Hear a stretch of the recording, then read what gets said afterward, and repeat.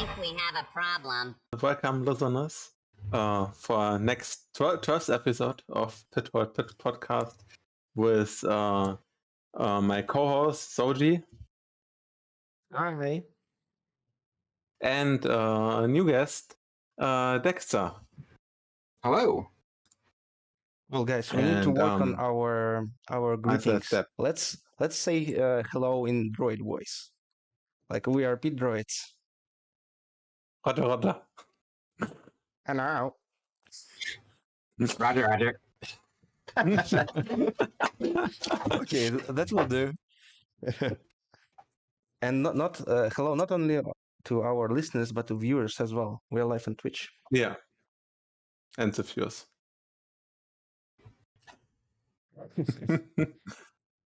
So we have an agenda, a really brief agenda. While we love X-Wing Second Edition, without mentioning any rule sets, just our beloved game. That's all. Yeah. And everybody who is listening can share their opinions with us also in the chat. I have a nice little encouragement on screen with the text, so anybody who joins later can join us in the chat. I'll be looking at it. So we can start with the introduction of our guest. Dexter. Easy enough. Can you say something about yourself? So let's silence my devices really quick.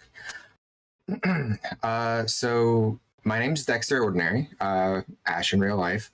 I am a local game store owner here in Titusville, Florida, in America. And I recently started hosting official X-Wing tournaments and got into it myself through one of our suppliers, who is Asmodee, and they kind of recommended that it was a good option to get in on, especially with us being right here on the Space Coast and Star Wars being in space. It was a perfect fit. Nice. We dove in and started with the 2.0 system, as well as in the process of transitioning into 2.5.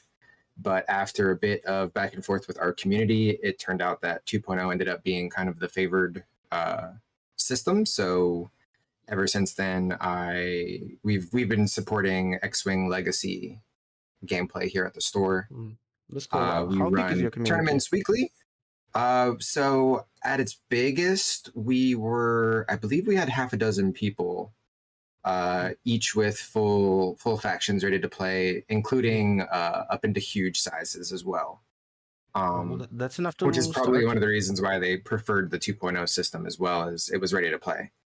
I'm a dirty first order pilot, and that's actually my collection up here behind me.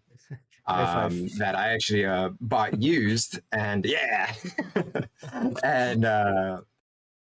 and I've been pretty much flying them ever since.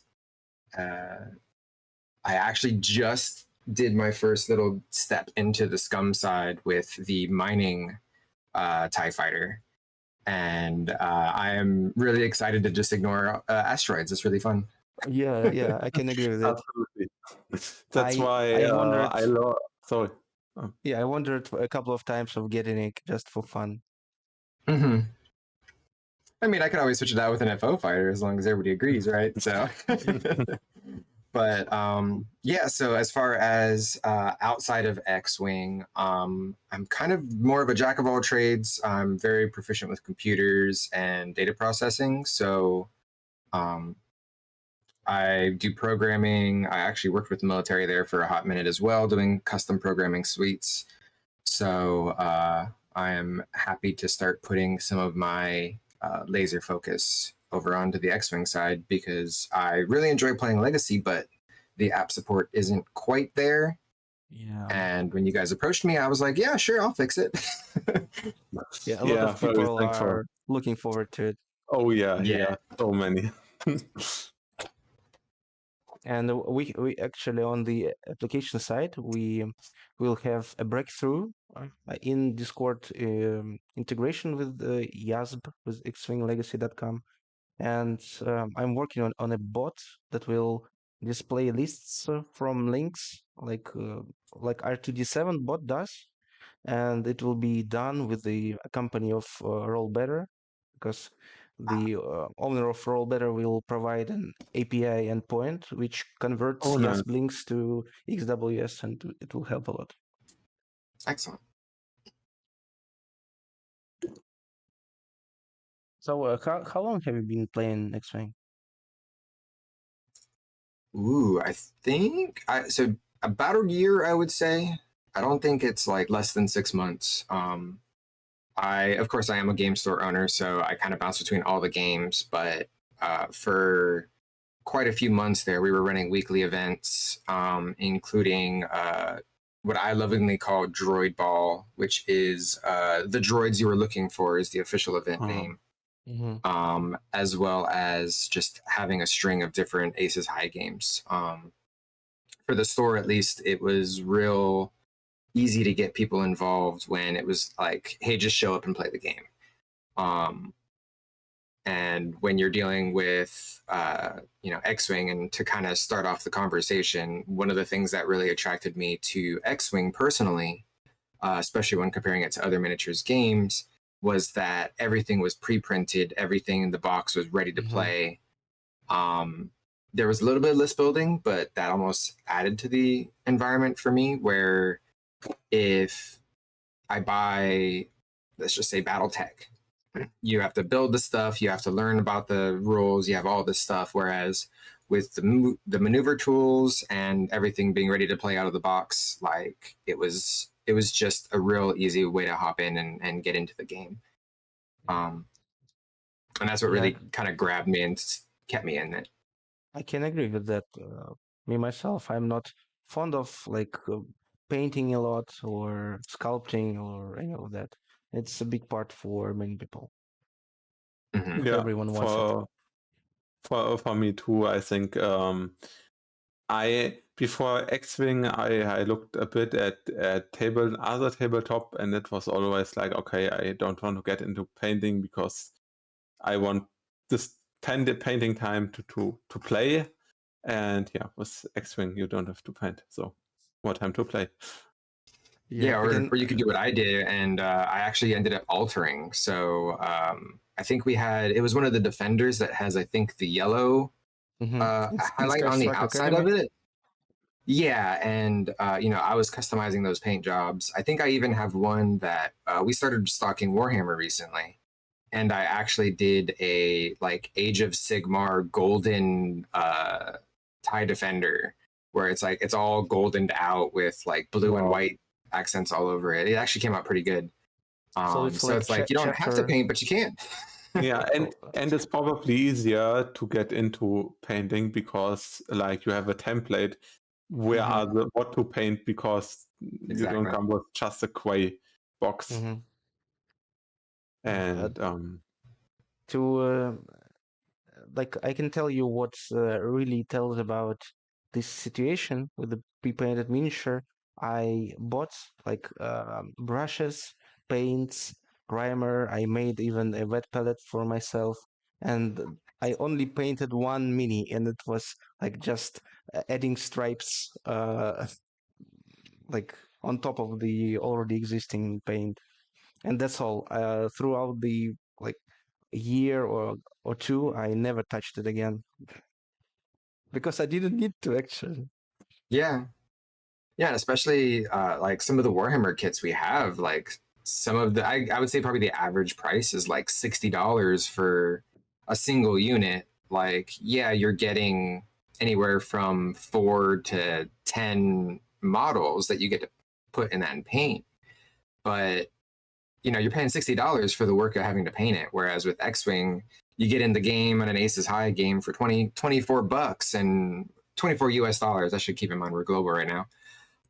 For 24 US dollars, and you are ready to play. Like, you can play an Aces High. We actually have a couple customers that were just like, I really like this TIE silencer, so I'm going to fly the silencer in Aces High, and then they bought it.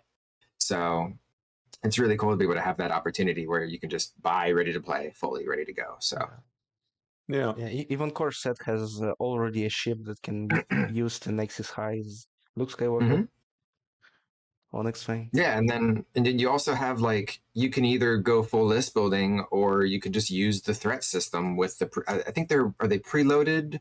No, what are they called now? The quick builds. Quick It builds, was yeah, because quick there's quick builds. builds and there's loadouts now, and I always get them mixed Um, up. So The standard loadouts. standard are loadouts, new. yes, they kind of different things yeah, if we deep dive into them, but most of the quick builds cards were insane. That the combination of upgrades on them oh yeah, made if either no sense or way too powerful.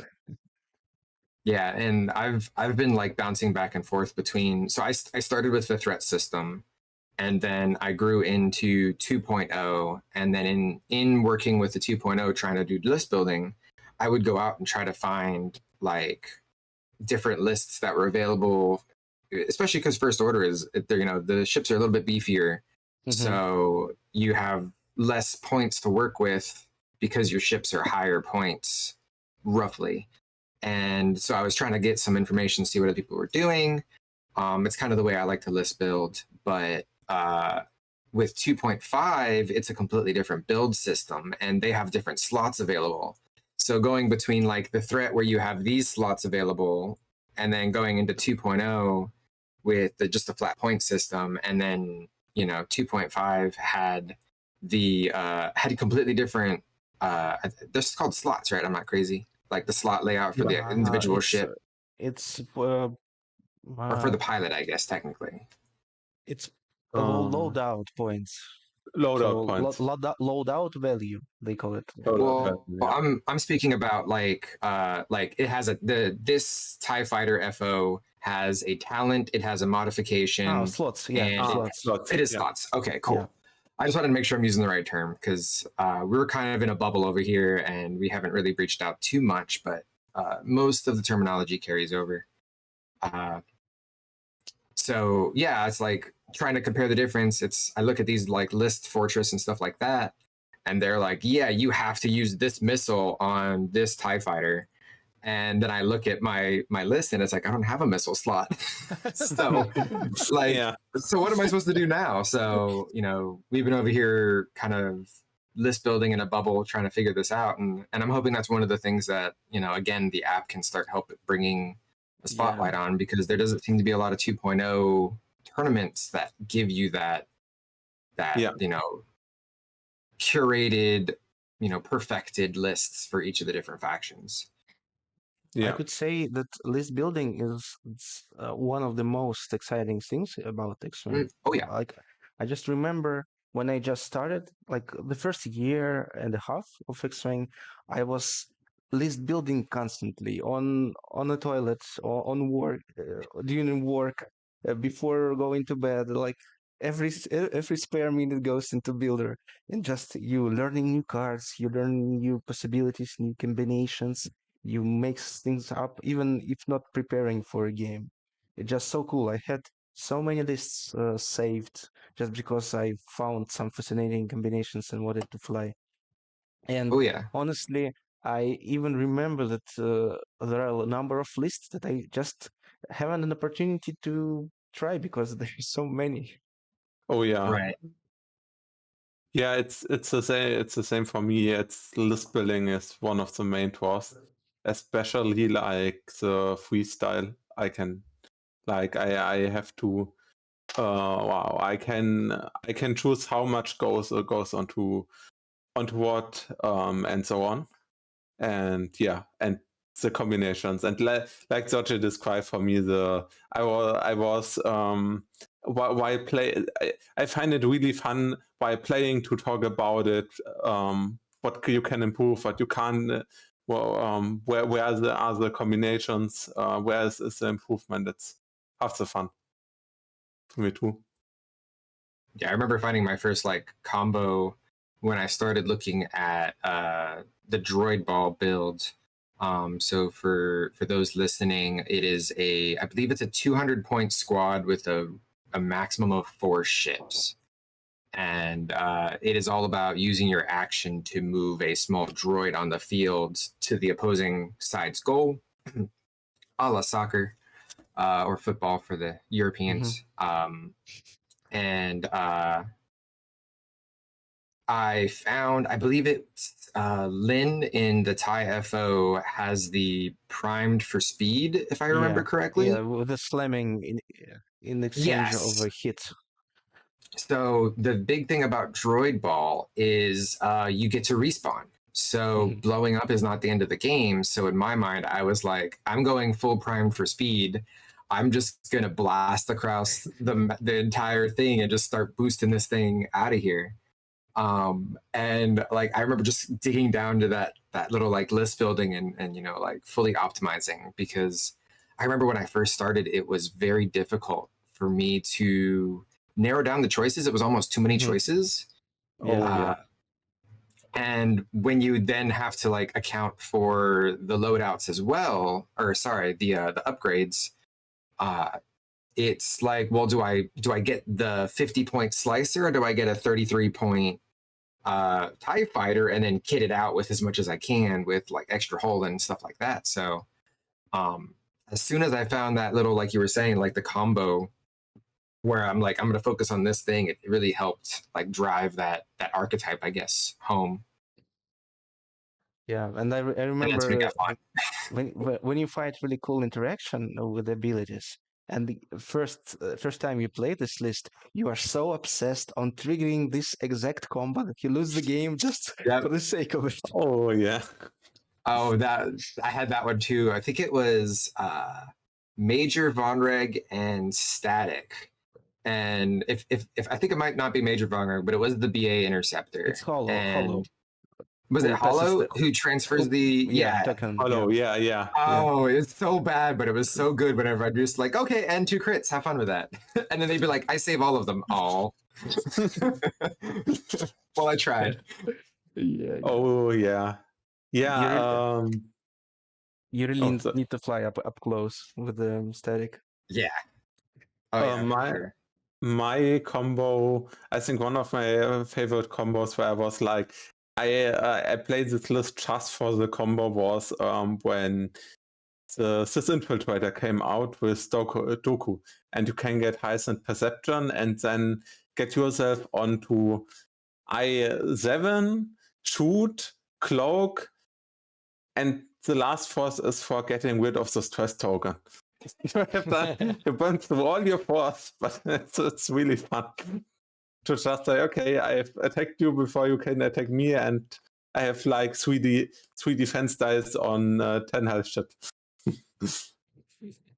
That's nuts. Yeah.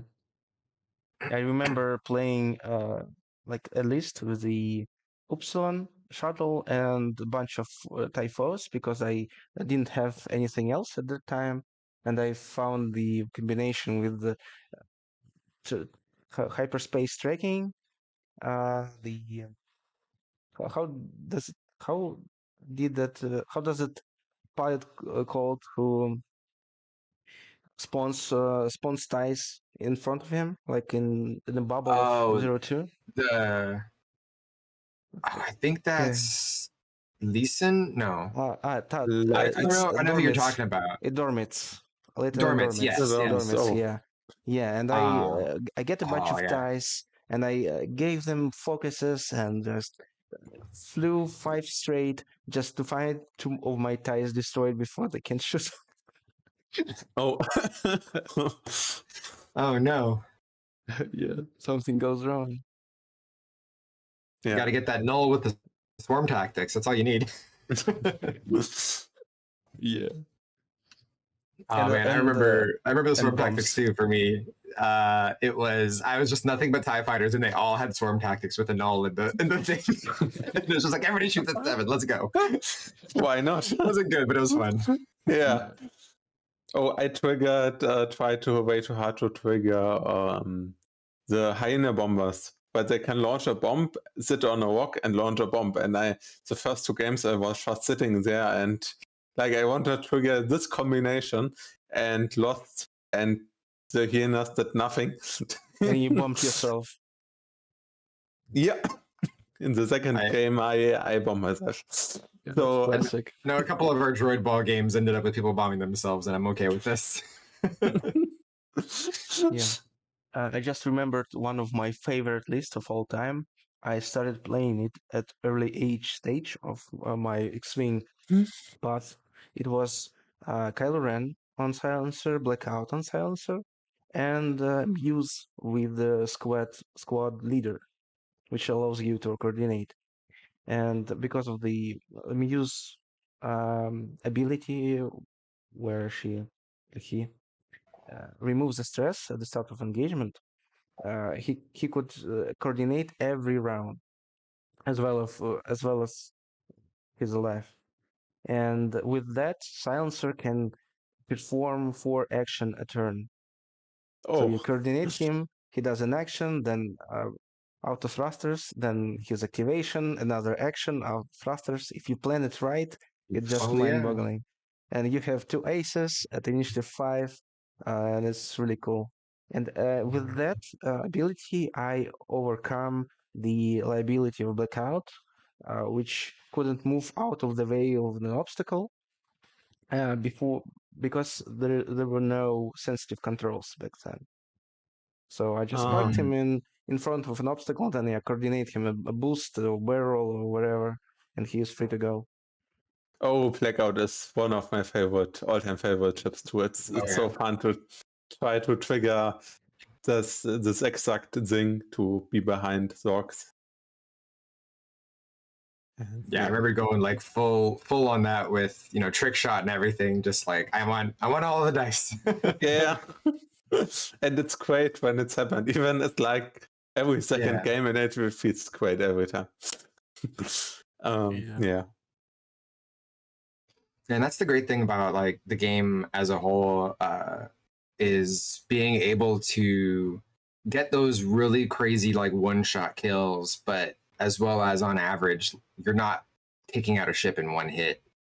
Usually it takes 2 or 3 shots before you're able to get the final killing blow, and it's exciting to I think it's called arc dodging and like just trying to get behind them without letting them get the shot on you. Arc dodging. Yeah, and it's fun, especially when you only have like that one last hit available, or you've gotten a critical and you have to fly away and repair it and try not to get hit while doing so. Oh, yeah. There's some really exciting engagements for sure. Yeah, I wish that the sturdiness of the X-wing ship would translate into the films and series, because for my taste things are blowing up too fast there. Yeah, when they are focus fired. I'd like to go back to Warhammer for just a second. I played a borrowed faction for my first game that I played with 10th edition, because they just updated the rules. And 10th edition, oh my god. Yeah, 10. 10th edition. Why? What? Wow, I didn't know that. So yeah, they just released 10th edition, I believe last month, maybe. Short version. And I've been getting up to speed with it, because my rep was like, wait, we're coming out with 10th. Don't dive too hard in the 9th. I know you just started with Warhammer. But I got all my little units up, and I got them all up, and then I moved them all forward. And I guess I moved to a bad position, because like half of them got wiped out before I could even shoot with them. Yeah. Oh. And it's the same equivalent as forward deploying your TIE fighters and then getting them blown up before shooting. It's like, well, that was worthless, but you didn't spend 20 hours painting that unit and building it and getting it ready. No, it was just like pop. Okay, well, that happened. And normally, if you play a swarm, normally it's not like 4 ships die in one turn. Or you have some really, really, really bad luck. It happens. Yeah, exactly. Yeah, it happens, but rarely. I witnessed something similar with the 40k when I was playing at the store. It was a tournament, and a couple of guys were playing to the side. They came, they spent like 40 minutes to set up. They started the game, and the opponent killed like the commander of the other player the first turn, because he somehow reached it, and like the other player raged, and they discussed it for another like 30 minutes how awful it is, and they just gone. So they played one round, or Yeah, just essentially? first turn. Okay. Yeah, so they have like it's not, so, you guys can correct me, but the way we've been playing X-Wing more often than not is just pretty much a slugfest. Whoever's still standing at the end wins. Rounds be damned. And Warhammer is more objective based, so it's all about holding a point and gaining points from that. Whereas you also get points for your leader being alive. So if they got their leader headshotted off the map, then that's like a lot of points that just got removed off the field. Okay. So yeah, I could definitely understand why they were a little salty about that one. And I know one of the factions, the Tau, is notoriously long ranged and like to just set up and then not move. So like think of a ghost that always does 0 but doesn't get stress. He just sits there just waiting for you to get close and shooting. Basically droids. So ghost that can walk onto asteroids. There you go. Oh man, when I found out about the freaking the separatist drones that can latch onto the asteroids, I'm like, oh no, that's spooky. The asteroids fire back. Yeah, I remember 2019 when CIS came out, and it was so different from all the rest of X-Wing. It wasn't like a sensation how much they differ from everyone else. Oh yeah, that's why I got I think like directly 2 kits, starter kits of the Servants of Strife and 2 vultures, so I can get a full swarm. And this was the first time in my entire X-Wing play that I built or directly said I'm going or buying a ship for a swarm because of that ability. Oh, it's nasty. Yeah. Yeah. And did you guys say that there's a? Oh, go ahead.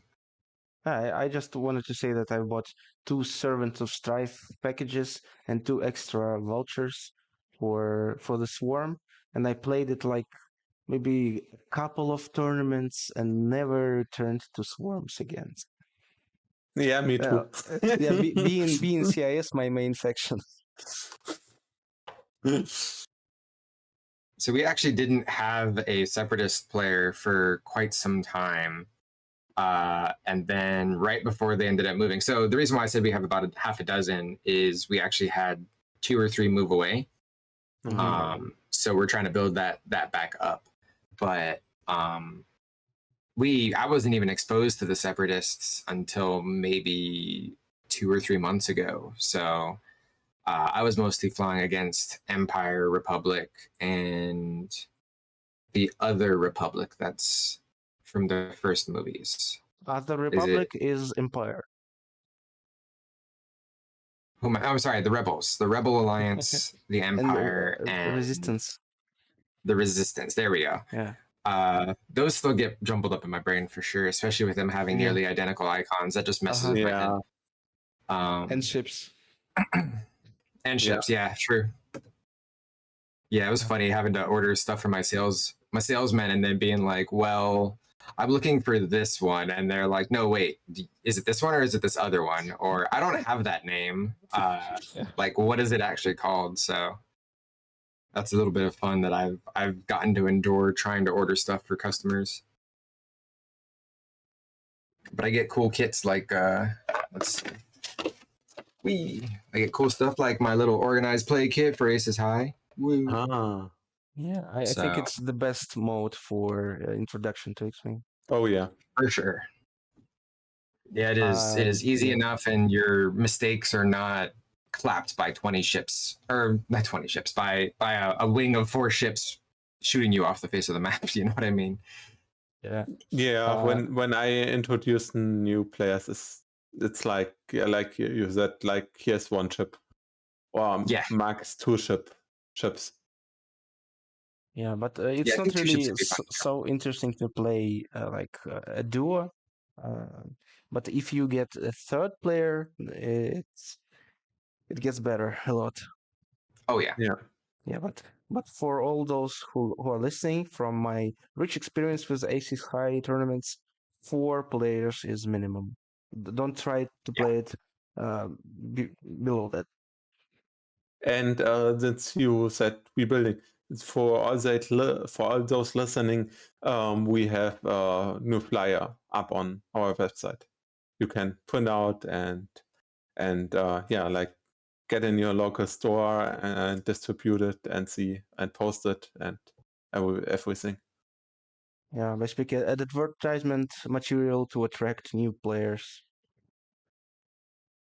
Yeah, and as far as a local game store, the biggest thing that we've seen that grows the community the fastest is what I like to call a champion for the game. So if you go to your local game store and you say, I really like X-Wing, I really like X-Wing Legacy, how can I support you as a store getting this scene up and running? And like myself as an owner, I will say, we have these days open that are available for you to start running events. Just go ahead and tell me which day you prefer.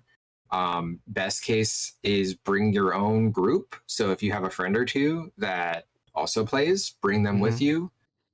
For example, we do our events on Sundays, and it started with just me with my collection going like, guys, who wants to play? Like, let's go. If you could bring extras for people, that's also a great way to get the community going in your area. And the best way is just pick a day and just keep hitting it. And if you find your community needs a different day, don't be shy to switch it. We've had that with Lorcana. We just started organized play there, and we started with it on Mondays, but we're slowly shifting it to Sundays now. So it's good to have at least one dedicated day, maybe two, and then be like, hey, we're coming in, bring this, or be the champion at the store that says, hey, I'll teach new players how to play. I'll handle everything. You take it off the shoulders of the game store owner or just the people who are working there. And that's how you start getting some real good in-game stuff. And of course, make sure that they have the stuff on the shelf. So if they like it, they can buy it and support the store. I think I built my collection around the case where I store it. It's a briefcase, and it contains all of my miniatures and enough game components to play like 2 lists. So because you can use one set of maneuver templates, you can use one set of dice. It's not a problem, and a damage deck is not so big. And I always carry with me 2 lists so I can share with someone and play together, and it's a good thing to have. Exactly. Yeah, and it may be a good thing to build your second list out of 4 ships in 50 points, for example, so you can divide them into multiple players and play aces high for them. Yeah, so we actually we're testing it out tomorrow, I believe. We're trying a slim squad point-based system. Like I said, I bought that mining fighter, TIE fighter, and we did an aces high where I was only allowed to use what was in the box. And I figured out how many points that was, and then I gave that to all the other players who were playing, and they made that equivalent in points. So we did an aces high with 40 points. And it was difficult to say the least, but it was kind of fun having that tighter restriction. So I could definitely see like 100.4 ship, which is what we're running tomorrow. Even if you don't change your bring your 200, but then have a version of that list that's ready to, or like a new player friendly 100-point more simple to fly list without a whole bunch of system phases and stuff like that, so that if you have somebody who's new, you can just drop them in, go 100 versus 100, and have a faster game that they can learn, get the hang of it. And it's not as fast as the starter core set with the 2 TIE fighters versus the X-Wing. So yeah, my favorite points for aces high are 50 points, and I don't like to play it with a lot of points, like 70, 100. It's too much for me because it really limits your pilot choice because not a lot of pilots cost that much. And if you take Hmm. like cheap pilot, you're at disadvantage, at great Hmm. disadvantage. And at the end, we came to the rule set where initiative doesn't matter. So you get rolling initiative. It's passable. Yep. So or even random. We used random, so every round is random initiatives. And when you play 50 points, you have a possibility to take almost every pilot in the game, either slim or with a couple of grades. Yeah. Yeah, I think we ran off the Aces High official kit, and that one does the like round robin. Somebody gets the first player token, and Mm-hmm. then you pass that around, and it Mm-hmm. just goes in order for both movement and firing, movement and engagement.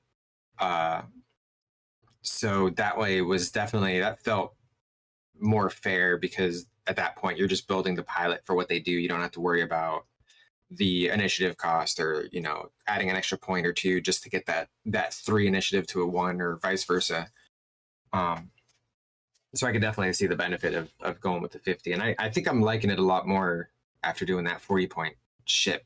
Like it's a little more fun having a little less things to do and just moving out and rolling out and shooting each other. Yeah. Well, we can all agree that Aces High is a good entry point for X-Wing, Mhm. and it Yeah. it gives us joy. But I want to ask you, can you remember the sensation X-Wing gave you at the when you first tried it? So, what catch you by your guts? What caught you by your guts? For me, I would have to say, so I like custom dice. So as soon as I saw the non-traditional D8 dice being used for the percentage values of this critical is going to be 1 in 8 chance, this miss is going to be 4 in 8, et cetera, et cetera. That kind of was the first like, oh, this might be cool. And I believe, and of course, we all love X-Wings when we first start. So the name X-Wing got definitely attracted me at first. But I think it was figuring out the action economy with like the abilities, because I don't remember exactly what it was, but it was something along the lines of like I had made a weird movement to where I was going to crash straight into an asteroid. And then I think it was something along the lines of I think I did a barrel roll one of the way or the others. And that was when I was like, oh, okay. So like movement is super important. And that's why this is a dogfighting miniature game, not just, moving characters around willy-nilly. And that was kind of the like, okay. And that was when I started going into the whole like arc dodging and like that whole rabbit hole of the game, that I was like, that's kind of really cool. And I really wanted to get into that, but I also got real distracted with list building. So it was one of those, I don't get to practice the skill. So, especially when you have like some of the good apps that there are out there, or not good apps, the good websites that just gives you everything at your fingertips. Like I kind of was just exploring everything, and maybe one of the things that I would have liked more back then that I know now is like archetypes. So one of the biggest things we do in store is trading card games, and the big 3 are aggro, control, and mid range. So in trading card games, aggro is screw defenses. We're going full offense, Mm-hmm. even if it means either you're going to win fast or you're going to lose fast. That's kind of aggro. Control is the opposite. So you are trying to stop the other player from winning until you exhaust their resources, and then at that point you just have resources and you win. And then mid range is kind of in between the two, where you have the option to go either, and depending on what your opponent does, you can flex either more control side, more aggro side. And that is a gross simplification. There is a significantly more nuance. There's tempo. There's all sorts of other crazy stuff like that in trading card games. And I could definitely see the beginnings of that in X-Wing, but there's no like big red angry arrow or the angry icon on the TIE FOs saying that these are your guys that you want to swarm and do as much damage as possible, even if you get blown up because they're weak. And then the silencers would be more control style, where you're trying to jam them out. You're trying to do stuff like stop them from doing what they want to do. And then you have your mid range, which is more, let's just say, the She Shuttle class, that it allows you to do shenanigans with your illicit upgrades going transferred everywhere, and it allows you to pivot your plan in the middle of the fight. And it took me way too long to realize that the TIE SF had 6 total health compared to the TIE FO's 4, and they were almost the same price as far as points go. And I'm like, oh man, I've been doing this wrong this whole time. So, but a different defense. yeah, exactly. And like then that was the other, like, the big oh my goodness moment for me, was finding some of those, I think they're called damage calculators, where it's like a website that you say, okay, my evasion is this, I'm defending against an attack of this, I have elusive, I don't have elusive, I have lone wolf, etc., etc. And then it like shows you the probability of how you're doing this, and now I'm like, okay, well, if I add this to this ship, then I increase my survivability by 20%. And like that was kind of where I was like, oh man, this is kind of neat. It's got a lot more depth than I thought it did, where instead of just a bunch of ships moving around rolling dice. So that was the other excitement of definitely getting into X-Wing. Oh, what's for you, Deb?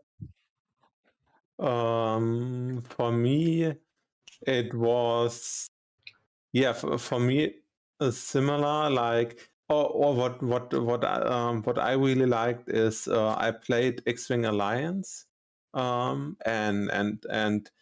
when it really, when you can recreate those moments and those dogfight simulators, like the the thematic side, like for the munitions you need a lock, shields are, or you can get through hole only when the shields are depleted. And if I read, the slot loadout is basically what's on the Wikipedia, and like an X-Wing has a torpedo, and every X-Wing has a torpedo, because that's and it's like, it felt like, or when I got into the plots and compared it to what it was thematically, and in the books and in the games, and it's a 101 comparison. What's X-Wing Alliance? It's a simulator. It's an older simulator, but it got mods where the graphics is up to, Oh, I I'd say, remember. Yeah. 2010. So it's nice. It's complex, but it's really really fun, because you can manage, like, it's like the new squadrons, which I really enjoyed, but more sophisticated, I would say. Actually, we have a feedback from our listeners. I asked on our Discord server why you left X-Wing, and we have a similar answer from one of our listeners. He said that he loved Rogue Squadron on his N64 console, and when he first saw a video from FFG displaying X-Wing gameplay on YouTube, he got interested and purchased the core set after that. So yeah, I can see a lot of players coming from computer games or even Oh, consoles. and I read all the Ways and Rogue Squadron books, and it's like, it's I love it because it's exactly the same.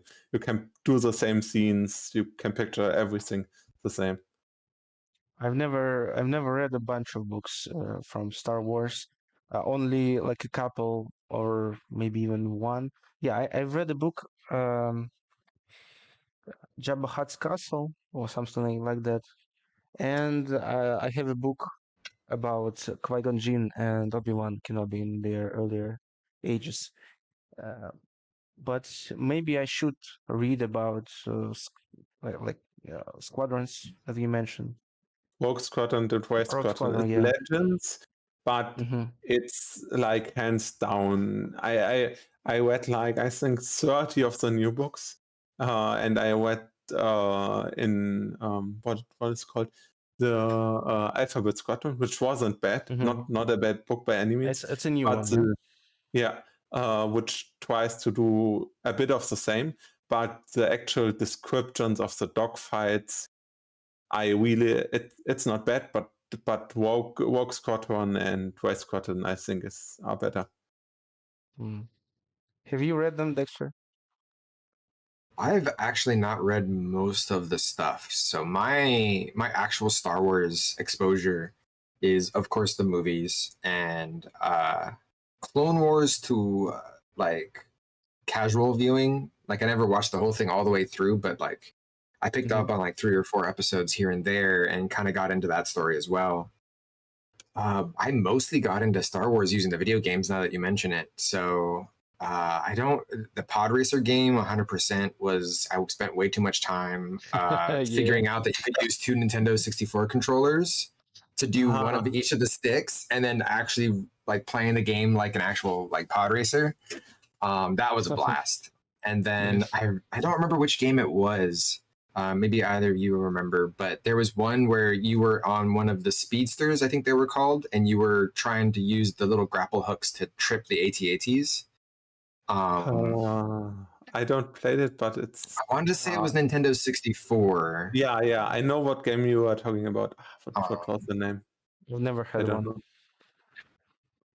But I know what you mean. My first game that I can remember is Galactic Battlegrounds, the RTS on PC. And the most fascinating part of this strategy game is a constructor of levels. So you can build a map on your own with all the assets that are in the game. And we used to build like mazes, castles, with different traps, with like enemies, ambushes, and just creating one Jedi and tries to walk him through this maze and walk out of alive. I played the most I played when we are in games is Empire at War.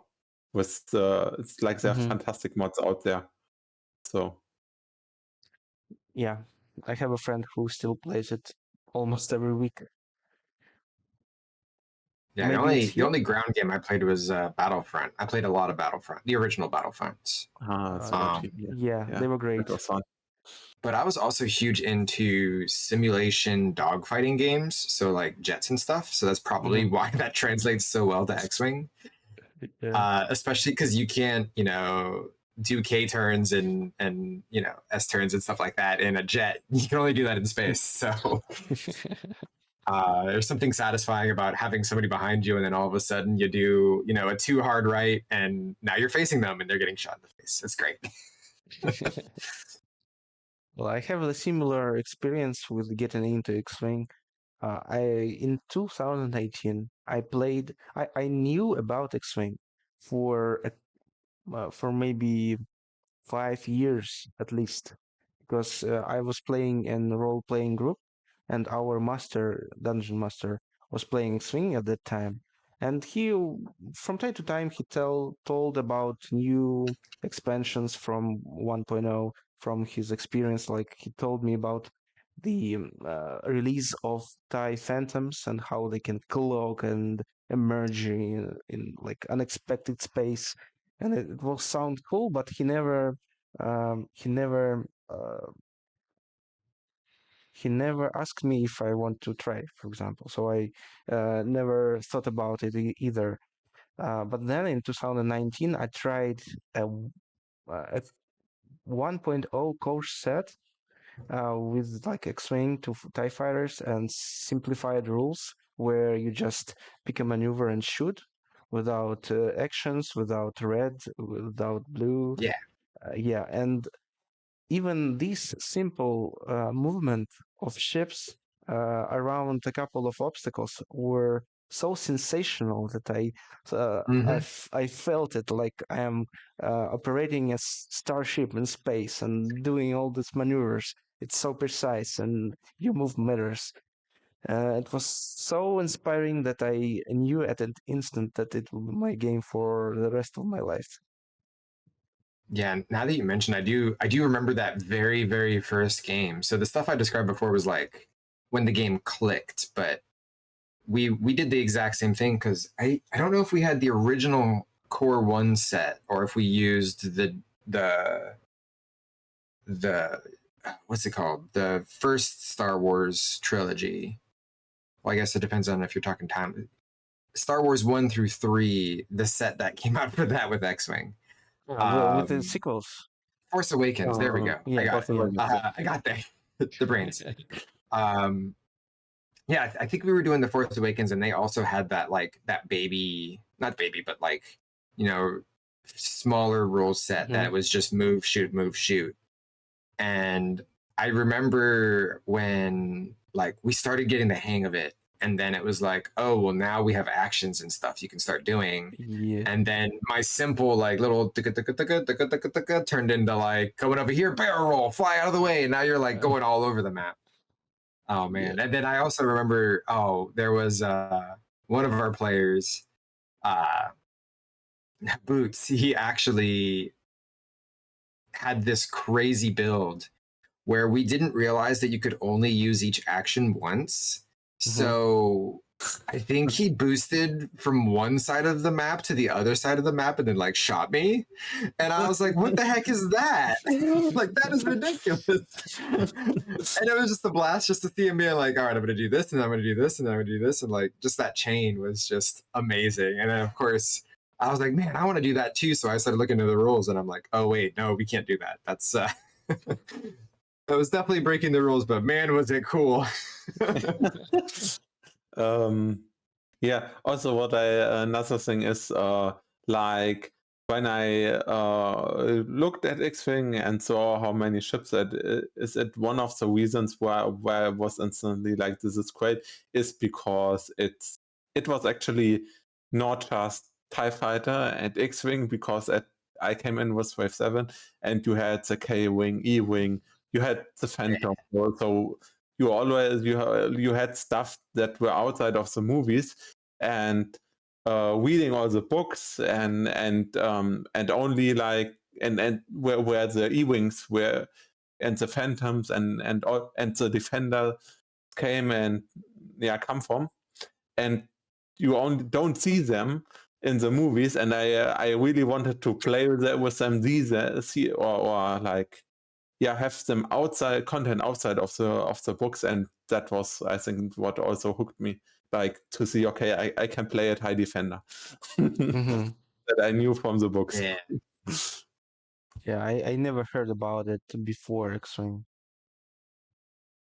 Oh, I've learned so many ships just from like watching this game. So a couple of our players are way more into the lore and have seen a lot of these ships before, and I'm just like coming into this and seeing all these crazy ships, and so many factions are represented as well that there's, I think, almost like 20 ships per faction, I think, at minimum. I know a couple of them have more, but just there's so many options. And it's like, I think one of my favorites ended up being what was it, the A-Wing? Like the little A-Wing is just like, I've never seen that one before, and it's just this tiny little cute little guy, and I'm like, you're gonna get shot. Yeah, and coming back to the excitement, and coming again back to our viewers' feedback, the the actions that matter is one of the thing that clicks for people. I'll just reading his comment in quotation. Threading the needle, dodging obstacles with a large base ship to get a perfect shot on an opponent, arc dodging, placing a perfect bomb, chain reaction of different abilities between your ships, coming up with the new ways in list building. So yeah, everything you do for your list building, for your actual gameplay, is decisions. Decisions on maneuvers, decisions on actions, or the order of actions and maneuvers. And when you see that you done all of this and you created a perfect picture of an excellent dogfight and everything works, it's just a joy. Yeah, there's something satisfying to, paying attention to the initiative order and being like, well, they're going to move first and they're probably going to go here. So if I make this movement, I will be directly behind them. And now they're going to get, and now I've got my bullseye bonus or whatever it ends up being. And then going, flipping your dials and hey, they went exactly where you thought they were going to go. And now you've got them. And that's just some satisfaction right there. When you get that perfect maneuver, then you get to roll the dice off and you get all those extra dice and all that other goodness. Yeah, if we are talking about mechanics, what I like the bumping. The bumping system is one of my favorite things in 2.0, I think too, because it feels so thematic that here I want to go there, but there is another ship in my way. Of course, the ships don't have time for anything else because evasive they maneuvers. Yeah, they just thought, okay, I need to go out of my way to not take damage, and and like you mentioned, I also like that on X-Wing and 2.0 that you have the nice balance of randomization and knowledge, or you have randomization but not too much, and the initiative order and that the higher initiative that I know when a ship when it moves, I think is for me really critical too, because it feels like I have agency. I have something to work on if it goes right, because I used the information I had correctly. Yeah, to support that and Dexter's comment about like initiatives and order, we just had a game with Captain Vladimir in our monthly practice league, which I uploaded to Tales from Damage Cockpit YouTube channel. He had Vader on X1 and Sunterfell on TIE Interceptor, both 6 initiative, and I set up my silencer that way that no any like Suntir would bump. Obviously, I just predicted his maneuver, but what he did is he flew speed 3 maneuver with Vader and boosted into my silencer that way that Sunchir fell bumps not into silencer but into Vader, and with thus has a shot and a bullseye for the focus. And that is the thing that I've done myself numerous times. And when you do such things, you you can pat yourself on the shoulder. Yeah, I'm good. I'm good. I like that. So I'm actually not a huge fan of the bump roll in 2.0 versus 2.5. I know the reasoning behind it, but I'm not yet to the point where I can use it. So are you guys using bumping offensively to like disable them from shooting, or is it more of like I'm going to get in there and disable them with one ship so that I'm going to bump them with my, let's just say a TIE fighter, so I could shoot them with my interceptor. Like what's the trick? What's the pro strats? It depends. It depends on your list. It depends on the opponent's list. It depends on the situation on the field. You can even block with 6, so you can fly that way, so the enemy will bump into your higher initiative the next round. So it's not that simple. Okay. So for example, you can the intimidate, and I'm like tempted by it, but I never can really use it effectively. I feel like I always bump when I'm not wanting to. It's hard, yes. It's hard to orchestrate everything. So you have shots, and you blocked someone with intimidation. and because of you have intimidation, opponent is aware of it and aware of possibility of you like blocking him. So he will adjust his flight even rounds before that, so you won't block him. But yeah, what I use bumping for is to have spaces in like, okay, I have my high initiative, my low initiative ship before my high initiative ship, and and if I have the initiative, I know, okay, where my low initiative, assuming there's like my opponent has a lot of twos, I have 1 2, and I have 2 threes, initiative threes, and I have the initiative. Sometimes I think I use my initiative 2 ship to just, okay, here's my initiative 2 ships that moves first, and I can block the space. So next round, my my high initiative ships have a room to go where they don't bump. And like you said, disabling. And so how dependent on like obstacles is that? Are you like trying to pin them between an obstacle and your ship, or is it more just like we're out in a free opening and I'm able to get in their way? Most of the time, I would say it's not much dependent on an obstacle, but mostly on the target that you think your opponent chose as a priority. So even if there is no obstacle, a ship should fly the certain maneuver in order to point his arc on someone, and you calculate which ship is the most way well the most open for death next round. I couldn't pronounce the word vulnerable. Yeah. Yeah, there you go. Yeah, and you just block the expected maneuver. And if there are obstacles, it's just easier to do. Right, right. So what would you say your guys' favorite obstacles are? Because I'm still all around on that. I think I have most of them now. I think I have a couple I'm missing, but what are your go-to obstacles that you would say? Rocks. Rocks. Yeah, expand on it. Fair enough. Yeah. So I like rocks the most because like it is the most or they deny the most space. Okay. Or it's like the hardest what I want to say, the hardest distraction, or my opponents most likely won't go through it. Okay, I have lanes.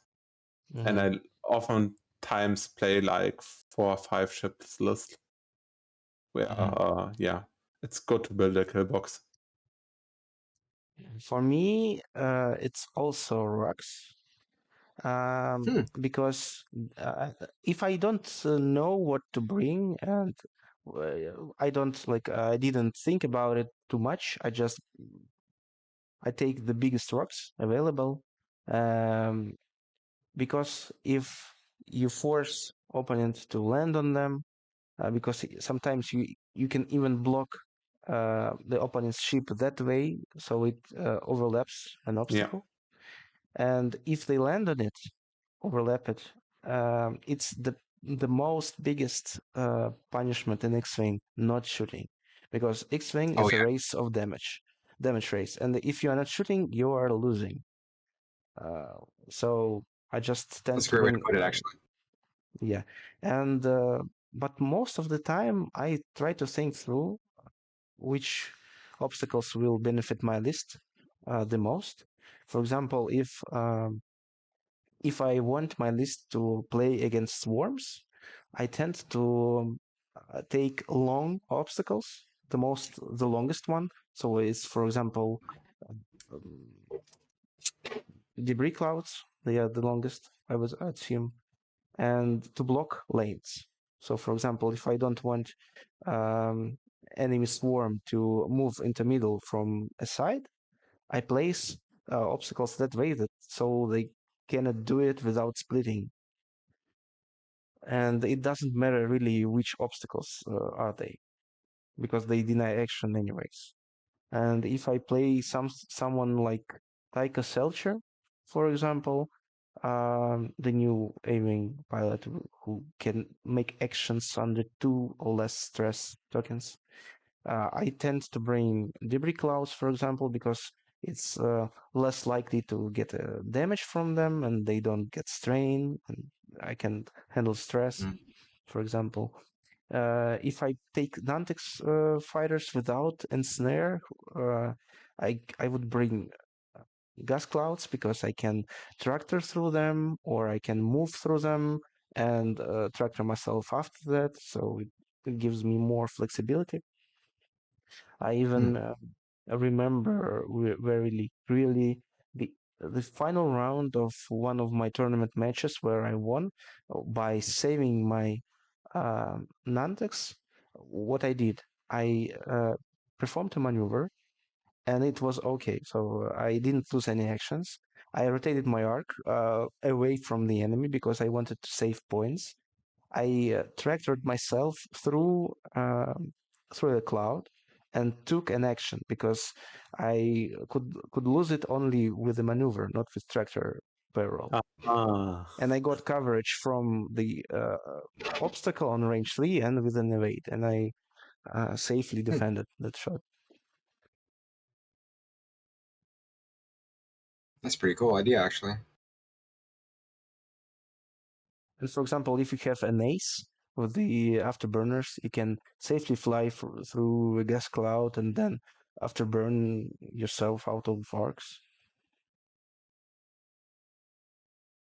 Yeah, I think I can't remember if it's the debris that I kind of favor, because I feel like at least at our store, the majority of players are just obstacle averse. So whatever obstacle you have there, they're going to try to avoid it. Mm-hmm. And I can just fly through, get a stress, and then, like you said, afterburner, and be good to go. And it's kind of like oh, whoa, he went right through it. And I've had that same idea for doing it against the rocks, but it's more risky. Yeah, definitely. Yeah. So I definitely do it full health. I don't do it like once I've Mhm. taken a few hits or so. So I could definitely see the benefit of each of them. Yeah. Do you guys Well, prefer aces, or do you guys prefer like bunch of unlimited ships? I Would you mix. say I prefer mix? mix. Okay. Yeah, I most of the time I tend to play something low mid, like up to 4, and someone like initiative 5, not overfilled with initiatives. So I'm not I don't fear uh like full aces lists when I'm playing low initiative, because I have experience and ways to deal with them, like with blocking and kill boxes and all of that. Of course, I cannot execute them every time, but I know how to beat them. So it's a mix. I always play salads. For me too. I think mostly 4 to 5 ships. Yeah, it's a bit of I played 200. Actually, like half of the game is test games. But when I play 200 points and not testing for whitespace is I think I play 3 ships. I tend to 4. 3 ships. Interesting. What about you, Dexter? I'm trying to think. I feel like, because I've done a lot of list building, but actually I've played more of the like Aces High and the Droid Ball than actual like standard 200 point stuff. We also have a few players that like to make up their own game modes, so it's always like, all right, we're gonna do 176 points with epic rules go. So most of my experience is not in like traditional, what you would call a standard or extended lists. But I feel like when I did, I tried to fill up as many as I could. So I would usually probably have like not like a Kylo Ren type ace, but I would have like a middle power, maybe a lower powered ace that has like a good functional ability, and then kind of flesh him out with stuff that supports it. So I would usually try to be anywhere from 5 to 8, or I would go like 3 or 4. Like I would go the complete opposites of each other usually. Either like 3 to 4 aces, or like a couple aces with whatever I can fit uh, in the thing. So I would like to play a lot more standard games for sure, and I think probably hopping on the Discord and playing, some tabletop simulator. Yeah, that's good I for still have to practice. set mine up, especially because I think I even have my VR headset somewhere where I can actually play like moving the Oh, little cool. miniatures around and stuff in the Cool. VR, which just adds that extra satisfaction to it, of course. Yeah. I know I'm not sure specifically about the X-Wing pre-made, but I know some of the pre-made tabletop simulator kits that you can get will have like weird interactions that you can do that just kind of don't naturally vibe. And being able to just use the little mover, just grab the thing and move it where you want, like that's nice as well. In X-Wing mode, almost every task is automated except Yeah. you can use your free hands to move tokens and like assign dials or something like that, but all the range measurement, moving happens automatically. Oh, awesome. Yeah. So basically all where it's about range or precision, it's fully automated. Mm-hmm. Even if you barrel roll, it shows you 3 available positions and marks them as possible or not possible if it's overlapping something. Oh, that's really cool. Yeah, and yeah, it's really cool. That is one thing that I would say is probably better online than it is in person. It is a gymnastics feat to properly move one of the ships without bumping anything, without Yeah. like accidentally adjusting the movement tool, or reaching over and trying to measure the range and then knocking the ship, so now you've moved it like an inch or a few centimeters off this way. And like that is probably one of the few things that I'm just kind of like, I wish that X-Wing had more of the built-in tolerances that like Warhammer has, because you can wiggle within like an inch or so, whereas in X-Wing you only bump when you're touching. There is like, you could be a few millimeters away and you're not at range 0. You haven't bumped yet, right? And but with that said, like that also shows that it's a much more precise maneuver based game. So like it does have its trade-offs. So but that is one thing that I think I will probably like about playing online for Yeah, sure, you is have being to able to just train go, okay, boop, your move eye. it. And I know people who are afraid of playing TDS because of their muscle memory, the eye memory, the ability to measure distance with their eye, and they have like their point is that if I play TTS, I'm losing that skill. And from my rich experience in playing both TTS and real life X-Wing, and even with the big um, pauses, like breaks, big breaks, Yeah. the because of the same not size but proportions, the same proportions, Yeah. the skill stays pretty much the same, because when I return to my rare games nowadays, I immediately can judge all the maneuvers and all the positions. Same with me. Yeah. That is something that I would very much like to improve is I'm still at that stage where I can look at a ship and I'll be like, oh yeah, I could definitely do, you know, a soft right too. And then I'm all of a sudden on an asteroid and I'm like, what the heck happened? I thought I had this.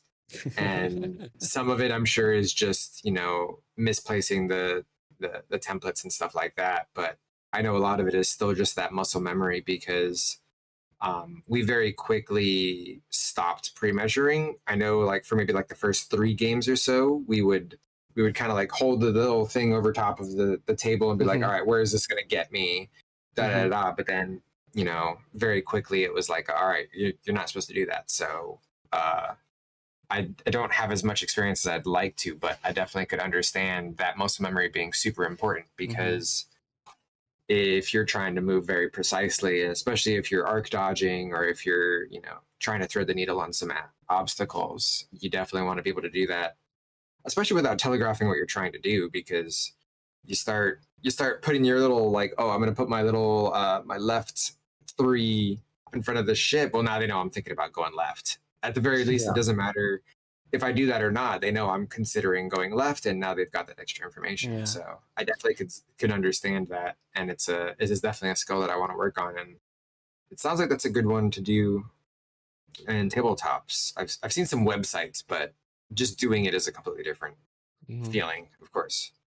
When I teach new players and they have hard time deciding where to go, I advise them to take maneuvers into their hand, just touch them, like fiddle with them to get some knowledge of the space. True.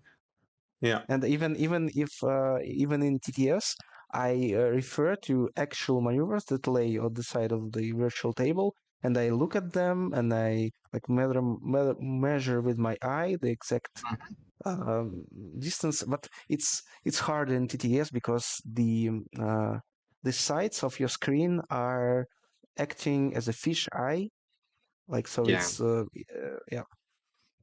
It distorts the image a little bit, so it's not so easy to both look at the templates and at the actual board state.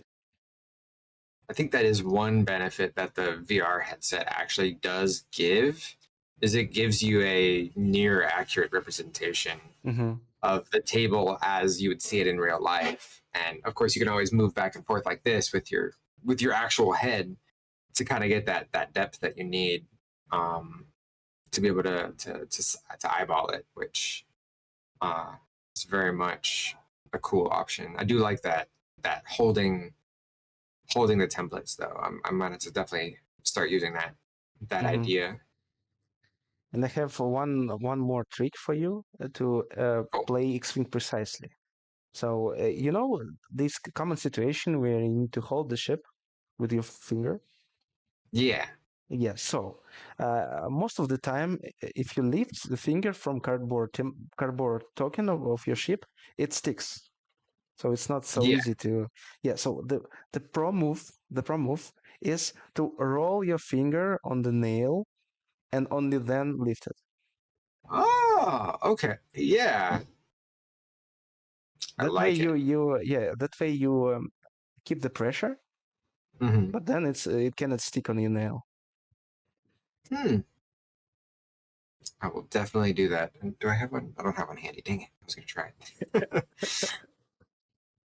Yeah, the thing I learned from maybe from a video or from some veteran player. Yeah, I've been lucky that, you know, most of our all of our players are very honorable and definitely err on the side of accuracy over like gaining an advantage.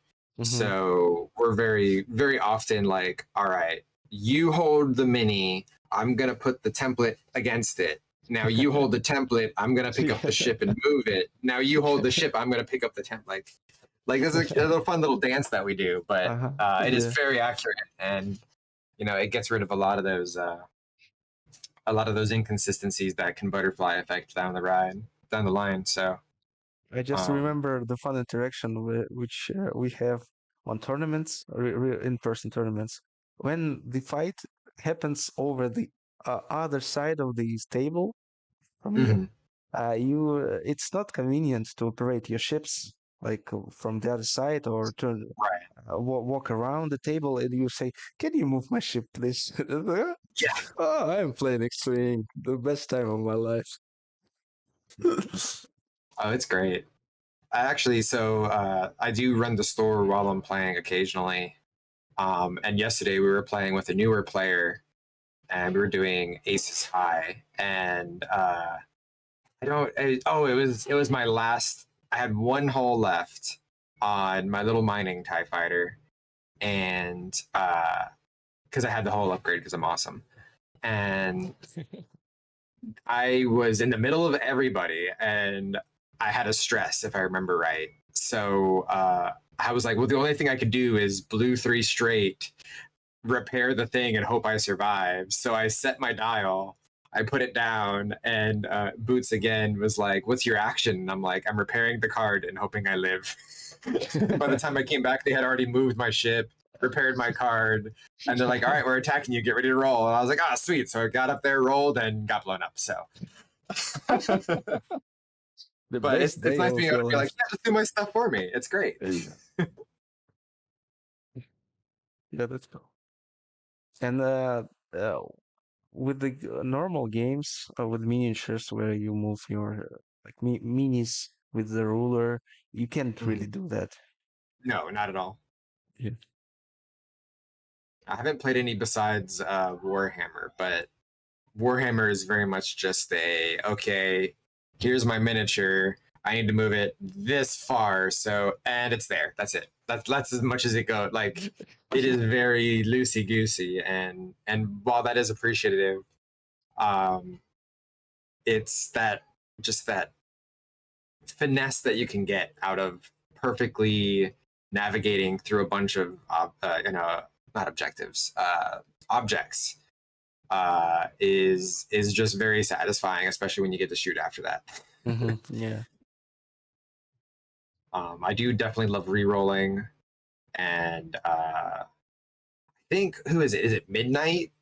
Midnight is always a blast where you're just like, yeah, you Oh. don't get to modify your dice, get wrecked. Like You mean Midnight, yeah, you're right. Midnight, the TIFO, okay. I think. Yeah, where it's just like if you have a lock on, the dice can't be modified from the person, the person you're locked on to. And yeah. I was confusing it with what is it? The Battle of Yavin Stunner loadout. Because I love that. I love that's one of my new favorite combos is the what is it? Backstabber? No. I need to look up the name. but I6 who says, okay, anybody attacking him can't modify dice. Dark Curse. Dark Curse, and because you can, I used the one where you don't have the full card, just the pilot, and he can equip a talent, and that's and he can equip a talent. So you have an I6, and then you pairs with the Battle of Yavin. What is it? The I1. I had to prepare myself. What is the name? Not Mauler. You can do it. You can do it. You can do it. What is it? It's only 1,000 cards in the game. You can do it. Yeah. Man, my collection that I bought came with a box. Oh my god, there's so many cards. Yeah, Wampa is it? Wampa. Okay. So you can boost him to I6, so he gets his third attack die in any case. Yeah, that's cool. I haven't played much of the Yavin. Is that a good time? Would you recommend that versus like 200 standard or maybe even some wild space? What's the hotness to try to play nowadays? I think Battle of Yavin is I played it for testing, and it is actually fun, but it's it's very narrow. That's something I don't like of the battle. I like actually the SI cards, because that's two pilots in one, the full package and the just pilot. But the scenarios are limited to what you can play. I think AMG actually said that in 2.5 the scenarios are designed in a way where you actively are punished for playing anything that's not in the box. Mm. In 2.0 there's a bit of different story. Like you have, for example, a Battle of Yavin. You can play with the rebel medium sizes if you want. If you say thematic, it's not so important that my squad is thematic. And white space is more freeform. It's you have 15 scenarios and you can play it with like any list. So that's the difference. If you ask me, I can recommend you playing Trench Run scenario, which Rick Antilles made. Oh yeah, that's a better one. Yeah. I think Battle of Yavin has still some pilots, and I mostly got it for the pilots. Actually, yeah. If I have to choose between the two scenarios, Battle of Yavin is better. Battle of Yavin is better. Better of Coruscant is better. Okay. I like this more. But as far as I know, Battle of Coruscant is unbalanced a bit. So it's in 2.5 unbalanced as a heck. Yeah. I literally 2.0, so that's fine. Yeah, and it's if you go on the website and you see that like in Battle of Yavin we had to had one rule change, except points, and if Battle of Coruscant it's like 5, because it's I really remember with my friend, and he said after the first game where we just played it with normal points, or with 2.0 points and no rule change, he said, okay, yeah, it's basically it's boring because like it's shooting down doesn't matter, and if one of my ships get kicked out, I'm done for. So 2.5 is unbalanced. I hope, or I think that the 2.0 version is balanced, but the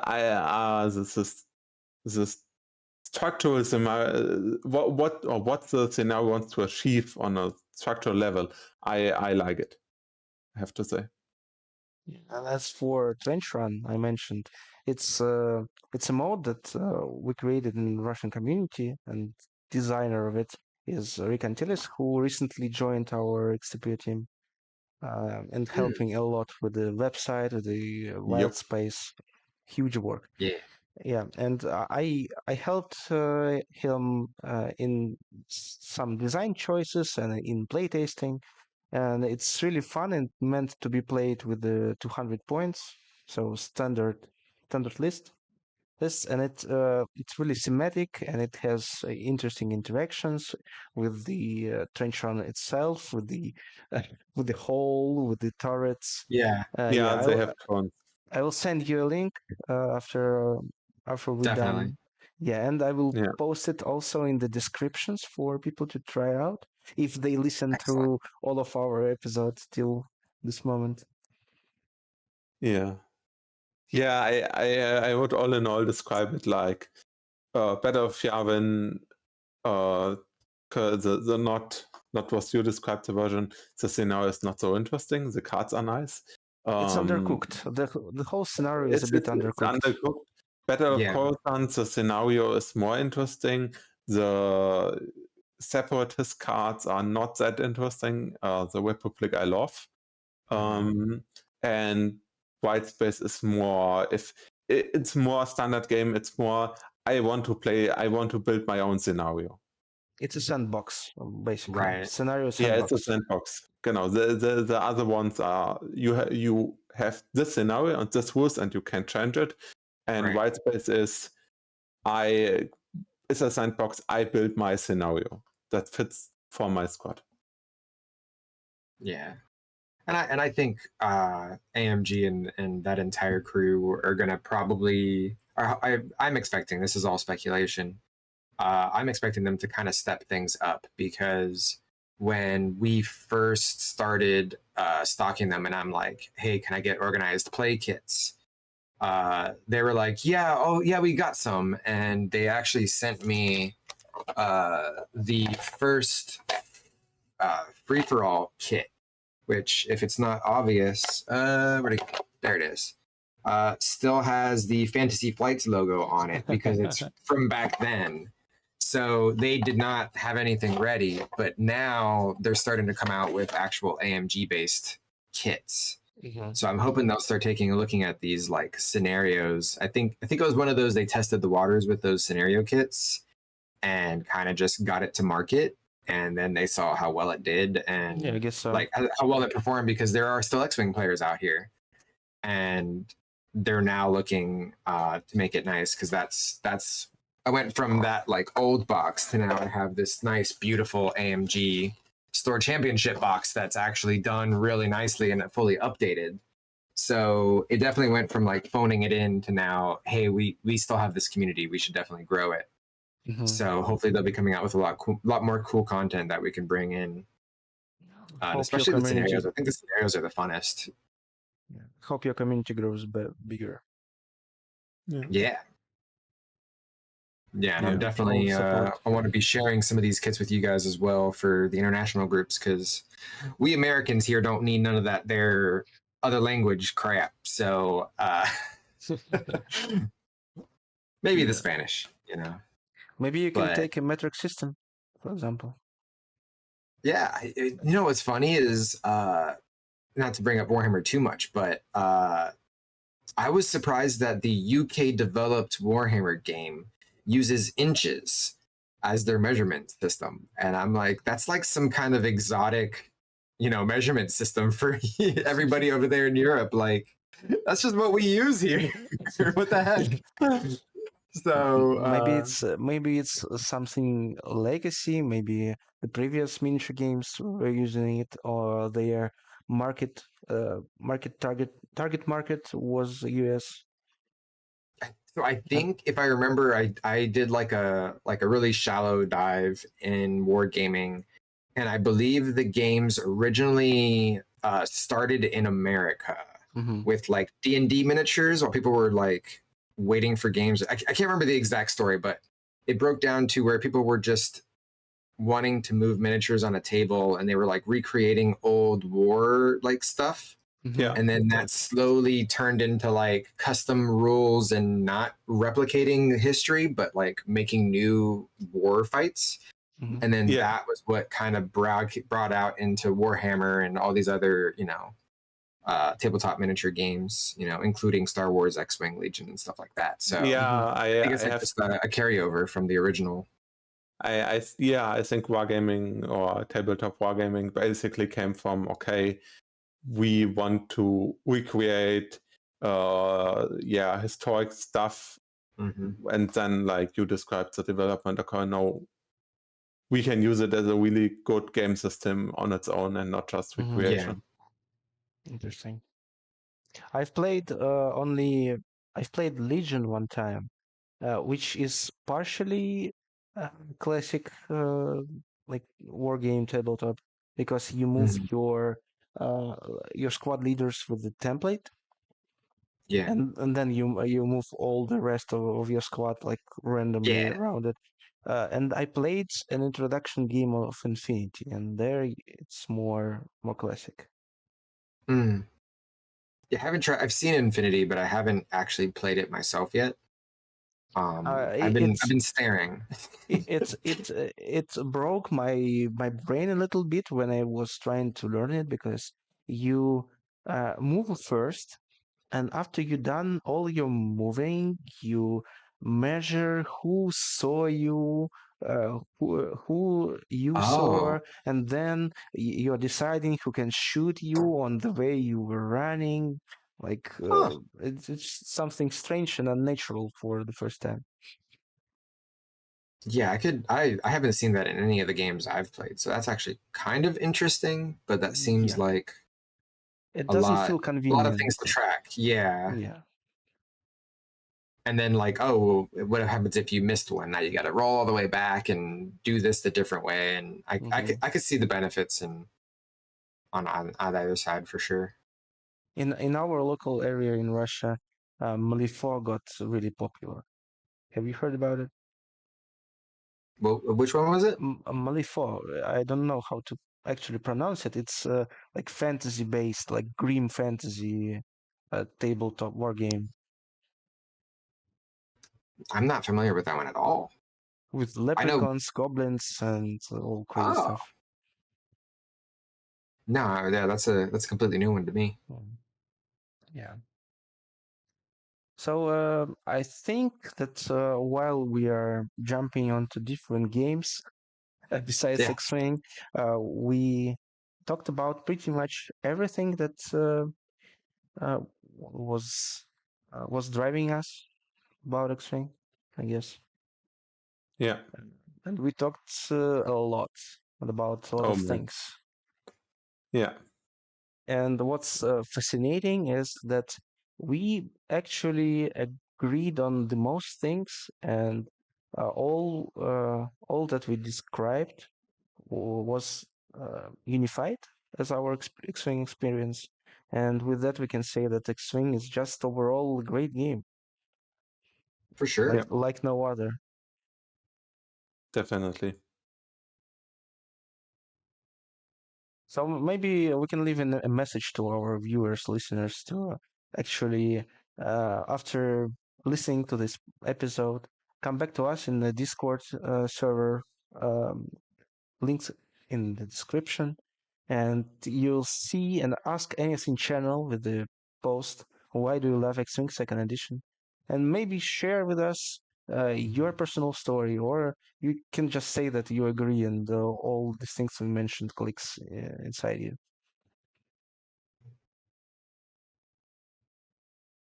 There's And definitely a that's lot right. of real good stuff. So Yeah. as the fledgling of the three of us, I'm interested in seeing as much as I can. As not only am I very avid at playing the game, but I'm also passing that on forward. So being able to teach new and interested players of like, hey, you know, this is why X-Wing clicks with people, and some people it's the list building, some people it's the, you know, creating lore accurate squadrons that can go against other lore accurate squadrons. Yeah. Sometimes you just want the First Order to go forward in, or no, go back in time and beat up the Empire for messing up so bad back in the day. Why you know Uh, shields? yeah, I know, right? Look, guys, it's so easy. Let me show you how you're supposed to do it. But yeah, I think there's a lot of different things that everybody gets interested, be it in the game, out of the game, all around the game. Um, and it's not that hard to get into, especially if you have a local game store that has a 3x3 table. Or what is that in not American? I can't think. What's the standard play size? 91.4 centimeters. Oh, ours is much better this time. What the heck? It never works out that way. Because Freaking you metric is invented it. always better. Oh, that's true. That we got it first again. That's all it needs. Yeah. But yeah, it's not a huge tabletop. I think we use some of our card tables every so often to just play a game, and it doesn't even have to be that big. I think Yeah. we can lose quite a few centimeters on each side, and Yeah, it's still completely playable. you can lose 10 centimeters easily. So Yeah. I know players who play at like 100, like to like 95 to 80 centimeters stable, Mm. and they are winning tournaments because of it, because they are so limited in options, and they work on that limited space, and helps them to train. Oh, Yeah. we've had giant. I think we had like it was either a 3 or 4 player 200 point. No, 300 point epic, and we played it on 152 centimeters. It was a 5 foot by 5 foot. Mm-hmm. And that table was huge, and like it fit. Like it played just as well as it did on, you know, your standard 90. And we've also played on like, let's see, what, 20 inches. Like we've gone all the way down to 50. Yeah, so we've gone down to 50 centimeters, and even in free for all, Aces High, like King of the Hill, we have a couple different like single ship play styles that plays perfectly fine in that. So Yeah. you don't even need a big table. Like, just find some friends, and if you Yeah. really, really want to get into it and you can't get to a game store, like just cut out the little squares and like move it around, see how you like it. Like a table the size of the base. yeah, exactly. That's all you need. Yeah. And Just do a you know, stop. get out there and find some people, or hop into the Discord and play some digital games, because I'm definitely going to start doing that, because I personally want to start running more standard games, and I would definitely like to at least dip my toe into Wild Space. I think I've got my first squadron that I've been working on, but I keep getting choice paralysis, and I'm like, no, I don't want to do Prime for Speed. I want to do Upsilon's ships, or you know, like I want to have that first one first, and then I can go out and do crazy list building after that. So Yeah. Good luck on that, and tell us Yeah. what would you choose in the end. yeah, and And I'm hoping we'll be able to do some tournaments and actually broadcast it, if not on our Twitch, like in cooperation with the Legacy Discord as well. So That's that cool. would be That's great. cool. I've got, I don't know if I have it handy, but I have like a document scanner that's like a 4K camera, so it should be able to Wow. just do a top-down view. That would be really nice. Nice, nice. We got a lot of stuff planned, that's for sure, and I look forward to working with y'all to make it awesome. We are looking forward to it too. Yeah. Yeah. Thank you, Definitely. Dexter. Thank you for being with us course. today. Yeah. Thank you. Yeah. It's really And then great. next time we'll have to do some app show off and stuff like that as well. Oh, So we yeah. can For sure. start getting that ball rolling and get it out into the Oh. hands of players, so they can give us that feedback. Because Yeah. I am the fledgling of the group, like I said, but if what I think is going to work may not work with you guys. So, you know, I want to definitely start with collection tracking, and maybe even go into like threat-based score tracking, and then from there we can build out into actual list building, because I know that's going to take a lot of like bug testing to be able to make sure all the loadouts and stuff work right. Okay. Or Yeah. Well, the configurations, I should say, work right. yeah, we'll connect you to the community through Discord for sure. Excellent. Okay, guys, have a nice day or evening, whatever. Yeah. Yeah. Thank you for listening. Yeah. Thank Roger, you. Roger. Bye bye. Roger.